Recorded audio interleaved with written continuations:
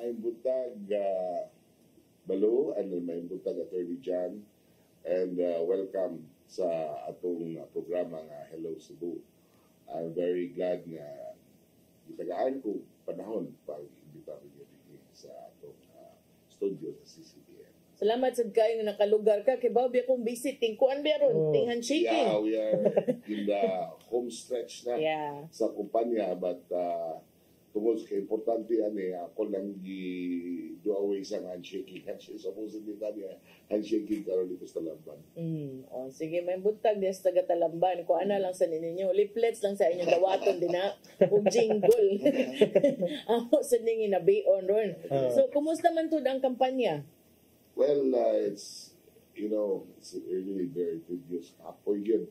Pero sometimes, it's also inspiring, especially kung makakita ka ng mga supporters na mo, kaya daghan ng mga tao nga dumadapit na mo. So, it's also inspiring. So, it's a mixed feelings and malo, no? Sometimes, usahay sa frustrating kay ingabot mo dito sa lugar, gamay sa aking tao mga tao. Depende kung balwarte speakers. Abi na ko maingon ka kon sa permi daghan ninyo ha. Di man yun na malikayan. Na lugar na say ingabot mo dito na ay upat. Bata lang palingkuro. Nasa usay ingabot mo pating daghana.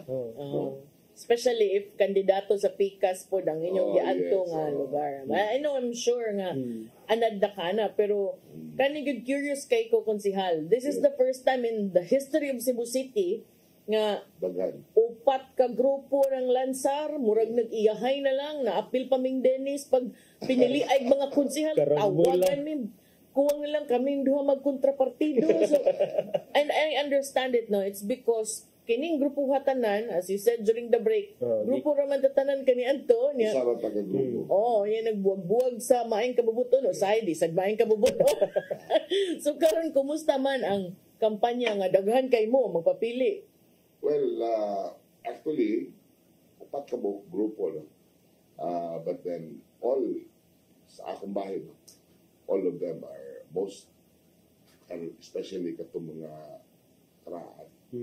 They're all my friends. So, more or less, what yung ingon na sa ako, when I talk, I always talk, what can I do for Cebu City?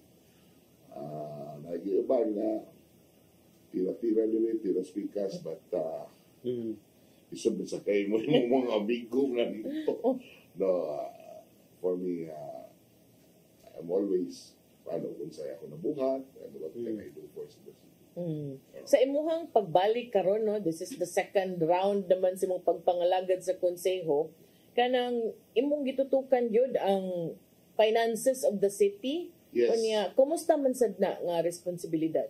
Well, diya sa konseho, I'm the chairman sa Committee on Budget and Finance. That's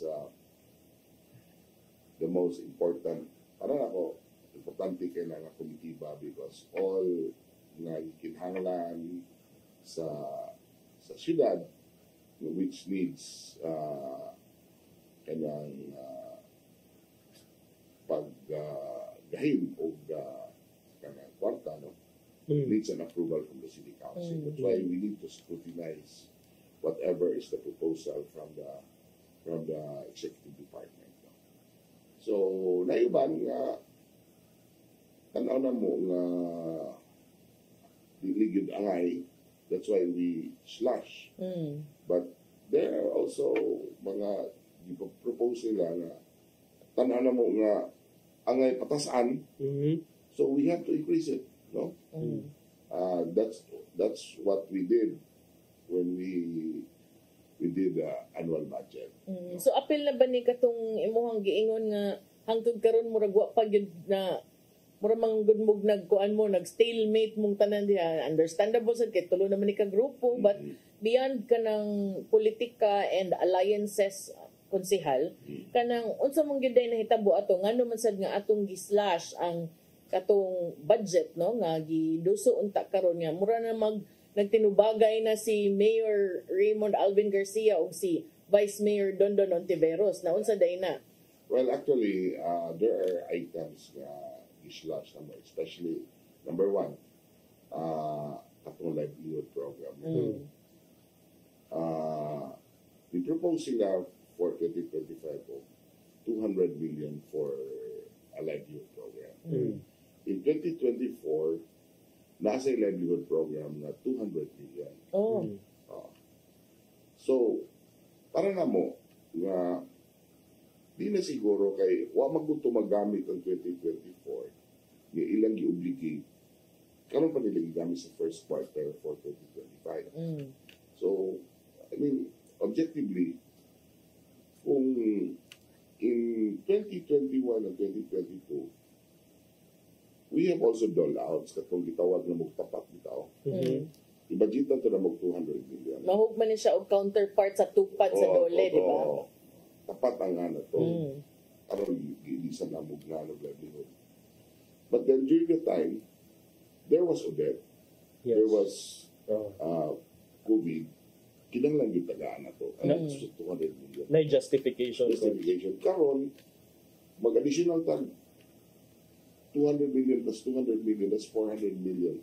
Para na ano, is for me, it's too much. No? It's too much for us to give na sa una gani nga na there was Odette and there was COVID, 200 million na yung proposed na mo. That's why we slashed the livelihood. Nagkatong 200 million. But reportedly, doon naman sa mga na among aning mga pagburukan ninyo sa budget karon, no? Matud pa na pagan ang Charter Day bonus kuno, napagan sad kuno din ha ang kantidad nga gamiton para sa katong CCMC. So kanang, is that justifiable also? Well, ang katong Charter Day bonus was not part of the annual budget. Yes. It was under supplemental budget number 1, the 35,000. You know, katong 35,000, ang proposal from the executive was 35. But then, during the time of Mayor Rama, proposal niya was 35. Pero among gislash to 25 because of the financial, di kaya sa the finances. Karon tanaw na mo nga, di pa mag-enough money for that. So that's why we raised na mo to from 25 to 35. Now, when we scrutinize the budget, magwag, ang itabo, pag-propose nila sa 25, wa nila mabutang accounts sa increase for the kanang special accounts sa giwo. So that's why we return it to the executive. Muna na dugay. Kinahanglan man nga ibalik nimo og budget hearing ana ba kay kibaw na ka sa proseso sa gobyerno. So ibalik na mo from the proseso. That's why nadugay gyud na na-approve na mo was March 26. Then March 28 was the first day of election. Yes. Campaign period. Campaign period. So ang itabo, naabtan yun sa katong cut off. No? That's why ang executive, according to the mayor, istorya mi, ingon siya nga we need to kinahanglan itaw kumelect ko nung exemption. But then, I already talked to Attorney Kadungo. Attorney, kinahanglan pa ba tayo exemption na siya? I don't think we need that because para na mo, that's a program. Yes. Whether election o wala, naagi na. Naa mga na anniversary bonus. So what you will do is, when you release the money to the employee, imuha niyo og letter ang COMELEC na release mo for the anniversary bonus. But then, according to the mayor, di ko na siya mo-risgo kay basi ibaw ka election time, kasi kasukasuhan na sa siya. That's why ingon siya nga, to be safe, o yan na lang po na. After election. After election lang release. It will be released, not after election. Oo, definitely kaya na may allocation. Yes. So, mura manggudog ka ng naabot na sa nitpicking konsehalo niya. I know na it's difficult for the council kay si Mayor Raymond Alvin Garcia kanhibi si Mayor kauban na sa ninyo, di ba? And then tungod lang yun ani, medyo lahi na ba't naggahapo ganina nagkatawag kay nakabasa ko na kanang apil na ang gibag-on sa papel 5 ingon si Konsehal Dondon 5 pages naman to dali ram to i-review ingon si Mayor kita mo ani kabagaan ni so nakaingon ko nga unsa naman mo din ha. No, actually what really happened because there was when the DBM reviewed the annual budget there na ay certain items na disallowed nila. And the reason for the disallowance, according to the DBM, na yung mga items na na-propose, and it was approved with the City Council, na wala mabutang sa EIP, sa Annual Investment Plan. Ang proseso magod sa budgeting is, number one, the Cebu City Development Council will call for Kibawyo Canal a meeting, no? Then it will be approved by the CDCC and it will become as an AIP. Annual Investment From Plan. the Annual Investment Plan, the executive will pick up kung sa mga i-propose niya.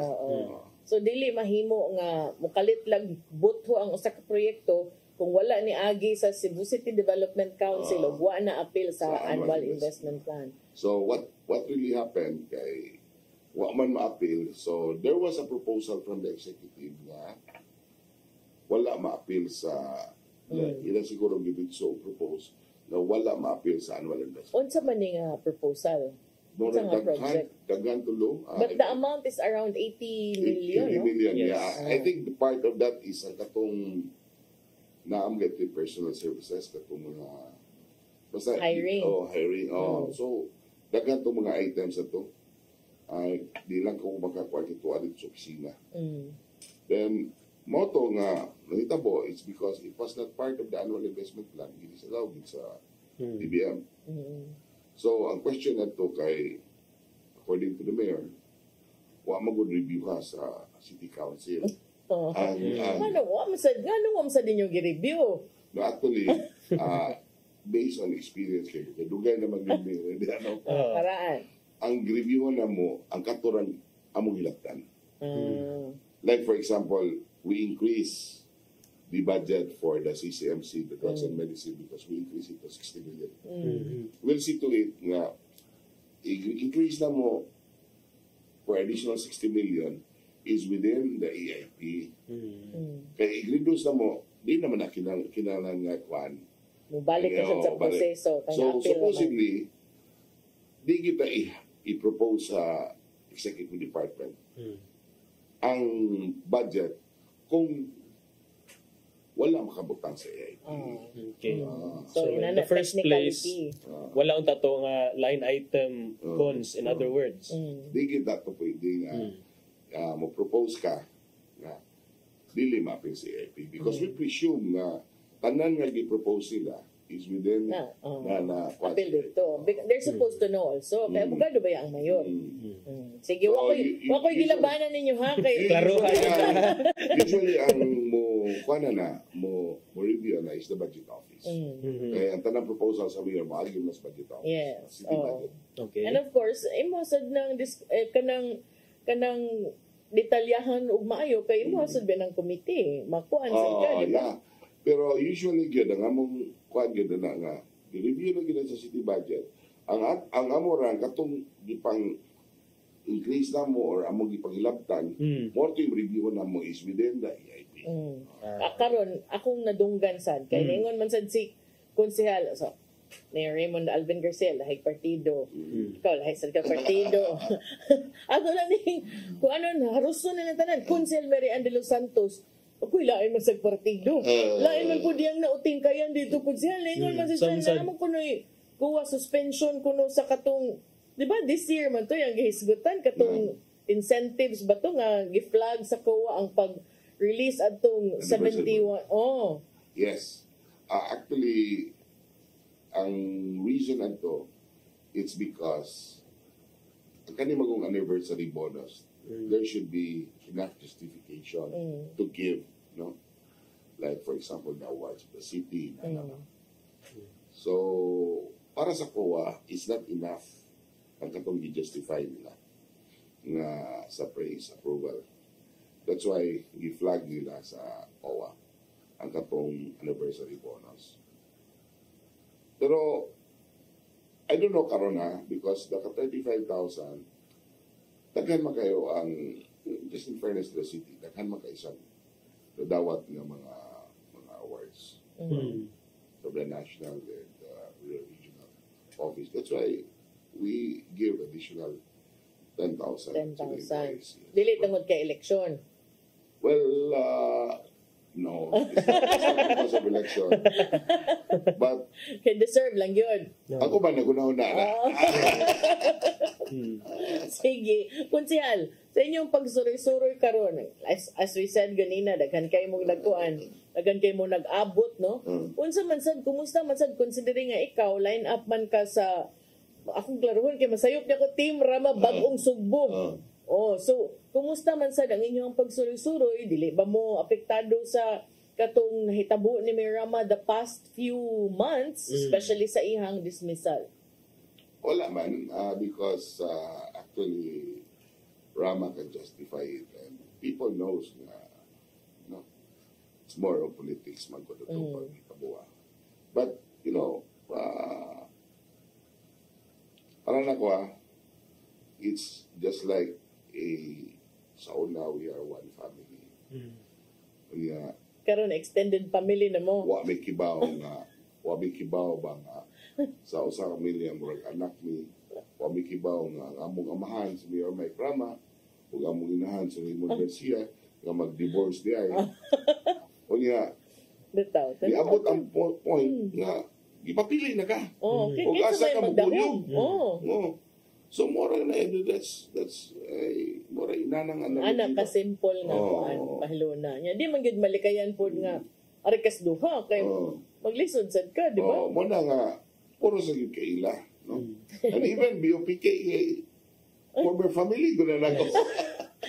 Napagiday former family. Kapoy biyaning bisyuha. And there are times nga mag-abot me like there was one time na nasa usa ka gibitar ko sa usa ka kuan dito nga I think it's Nabolo. Pag-abot ako dito na abot po na ay taga-Puso, na ay taga-Yugi Ruiz. Oo, napagindi ay. Patbaya ka grupo. All-star. Bitaron niyo ba? And di man may pwede nga, di may maadto kay... Correct. Anad na kay ka ana.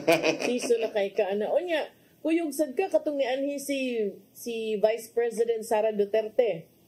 No, we were preparing for that. In fact, diha sa Balilos because ang schedule ni Sara ato was handshaking das Balilos. But then, wa man siya kaabot anang Suba sayo. South da ito, no? South Umotong pagkahapon na siya ni-attend sa Suba. Okay. Wala ko kanto. So karon konsihal sa imuhang tingwa magpapili na pod sa lain na pod nga termino unsa man sad ang imuhang ikadalit sa mga tawo sa kadaghan ninyo ng lansar konsihal? Well, as usual though, I'm the chairman of the Committee on Budget and Finance because it fits my qualification because I'm a certified public accountant. So, ako rin kadalit sa mga tao is because importante man kayo ng committee baha because ang kanang committee baha, no, ngano kayo sa naka-importante because kita manggoy ma-approve sa paggahin sa kwarta. So, we need nga yung ginato paggahin ng kwarta na number one, hindi mo sikusikan.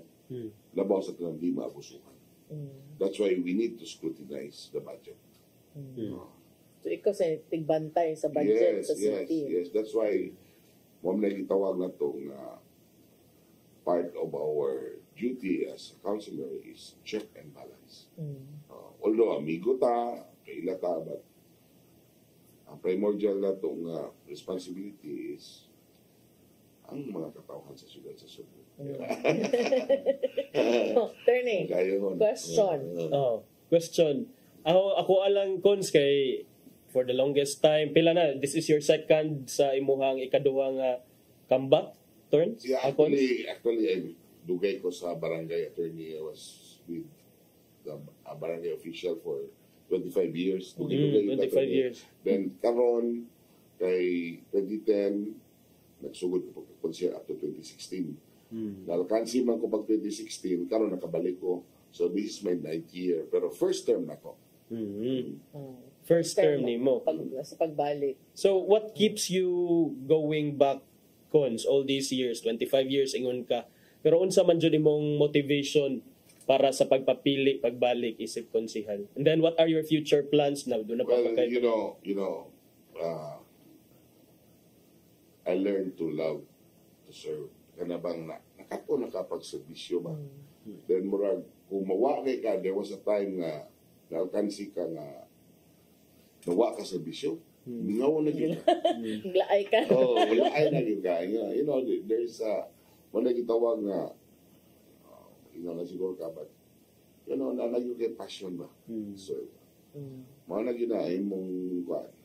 Na naman tani niya so to Also understandable na kay murag many years in the barangay sa Bisigan. Yes. To me actually no Grassroots, without kibaw sa maluan na because ang starting point magudin mo to serve is the barangay yun. Yes. Mas importante yun na ang mga kasagaran yun nga gikan yun sa barangay because they know yun ang unsagi mga problema from the grassroots level. struggle on ground mo nang para nako mas nindot sad og nakay ka ng higher positioned officials nga naay barangay experience kay sila magyud mo yung mga tubang sa mga tao kanunay gikan sa lubong atus bunyag atus kasal atus sa kasakit ug kalipay gyud. Apil pista. Naagari daghan gani nga problema sa barangay nga di na maabot sa syudad. Masulba na kay sa Barangay level. Pero kung di na makaya sa barangay level, mo na mo adto na kasi. Escalate na ka siya. Kaya mo nang itumod nga. Okay. Unya ato sang taga-agigayon si Konsel nga mga manamilit og mohatag mensahe sa iyang mga supporters ug sa mga tibok norte distrito na lang para tingob. Thank you, Lo, and thank you, John, for inviting me. And of course, to CCTN, atong programang Hello Cebu. I hope na karong ilan naman lang kaadlaw, eleksyon naman. So, ang ako lang, I offer myself na gusto ko magpadayon sa akong pagpanerbisyo isip konsyal sa siyudad sa Subo. Hinaot ko na inyo niya po suportaran uban man sa akong Partido Barog, Bagong Subo, Team Rama. Hindi na lang nato ipa-mention imong line-up ha kay Ayun na. kamay na din Ibaw na sila kita na. salamat kaayo Konsel sa imong paghapit ug kanang good luck sad sa imong